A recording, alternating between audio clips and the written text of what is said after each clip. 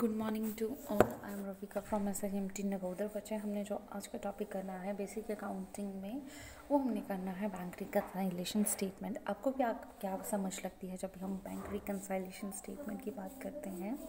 इसमें हमने पढ़ा था कि बैंक रिकन्साइलेशन स्टेटमेंट जो है ये हम प्रिपेयर करते हैं ताकि हम अपने डिफरेंसेस को पढ़ सकें। इसमें जो है हमारे पास डेबिट साइड होती है कैश बुक की या बैंक कॉलम की, जो कि हमें रिप्रेजेंट करती है। वो हमें क्या बताती हैं कि चेक डिपॉजिट जो है वो कितने हुए हैं बैंक में कलेक्शन के लिए, कैश कितना हमने पे करना है बैंक में, कुछ एंट्रीज होती हैं वो हम रिसीव करने के बाद इंफॉर्मेशन देते हैं बैंक को, जैसे अमाउंट जो है वो कलेक्ट की है बैंक ने किसके बिहाफ पे, स्टैंडिंग इंस्ट्रक्शन के ही हिसाब के ऊपर। और इसमें एग्जांपल जो है हमने इंटरेस्ट कलेक्ट किया है एज इन्वेस्टमेंट इंटरेस्ट जो है वो दिया गया है बैंकर्स के द्वारा, या बैलेंस जो है वो हमने रखा है अपने बैंक अकाउंट में।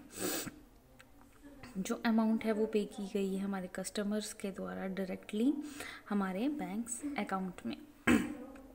ऑन द अदर हैंड क्या था, क्रेडिट साइड जो है कैश बुक की, वो हमें रिप्रेजेंट करती है कि चेक हमने कितने इशू किए हैं पेमेंट के लिए, कैश विड्रॉन जो है वो बैंक में जो है ऑफिस यूज़ में या पर्सनल यूज़ में जो है वो कितना है।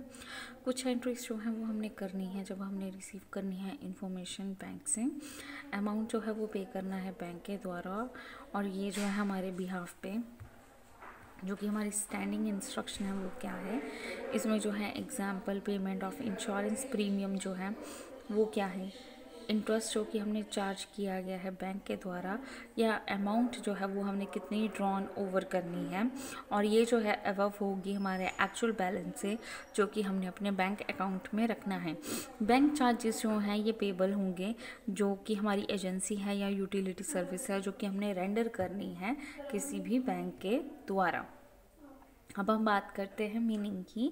एक बिजनेसमैन जो है वो जनरली ओपन करता है करंट अकाउंट किसमें, एक बैंक में, और ये जो बैंक का कॉलम है हमारे कैश बुक का, ये हम यूज़ करते हैं ताकि हम जो है एंट्रीज बना सकें किसके रिगार्डिंग, कि हमने कितने डिपॉजिट या विड्रॉल्स जो हैं उस पर्टिकुलर अकाउंट में जो है वो करवाए हैं। और दूसरे ही हाथ जो बैंक है उसमें हमने मेंटेन करना है कस्टमर का अकाउंट उनकी बुक्स में, और कॉपी जो है अकाउंट की ये हमने सबमिट करनी है कस्टमर को टाइम टू टाइम, ठीक है। और ये अकाउंट जो है ये सबमिट होगा बैंक के द्वारा जो कि उसके कस्टमर को है, जिसे हम बोलेंगे बैंक पासबुक या फिर बैंक स्टेटमेंट। जब मनी या चेक जो है ये आपने डिपॉजिट किया हुआ है कस्टमर के द्वारा बैंक में, तो कस्टमर का डेबिट जो है वो बैंक अकाउंट के पास होगा, जबकि बैंक जो है क्रेडिट करेगा कस्टमर का अकाउंट। और ये जो मनी विड्रॉन करेंगे, अगर हमने पैसे निकालने हैं बैंक से, तो कस्टमर के क्रेडिट कर दिए जाएंगे बैंक अकाउंट से, जबकि डेबिट जो है वो कस्टमर के पास अकाउंट का रहेगा। अब हम बात करते हैं डेफिनेशन की। डेफिनेशन जो है बैंक रिकन्साइलेशन स्टेटमेंट का according to Patil, bank reconciliation statement is a statement prepared mainly to reconcile the difference between the bank balance shown by cash book and passbook। Bank reconciliation statement ये ऐसी statement है जो कि हम prepare करते हैं mainly ताकि हम जो है रिकन्साइल कर सकें डिफरेंसेस किसके बीच में, जो कि हमारा बैंक बैलेंस शो करता है एज पर कैश बुक और पासबुक।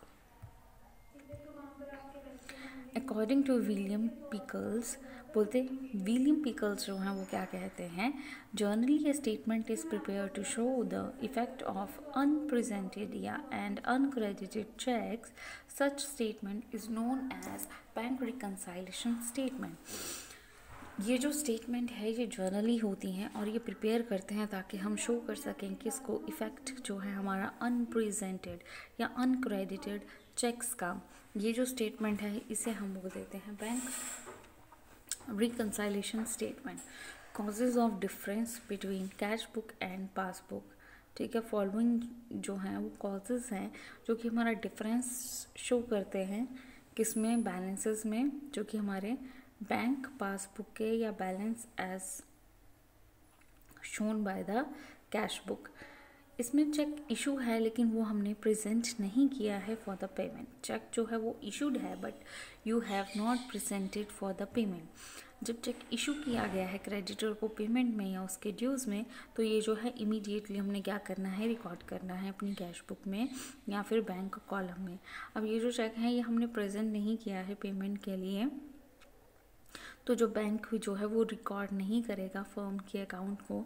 और जनरली इसमें जो है एक टाइम लैग जो है वो हमारे इशू ऑफ चेक के लिए या उसकी प्रेजेंटेशन के लिए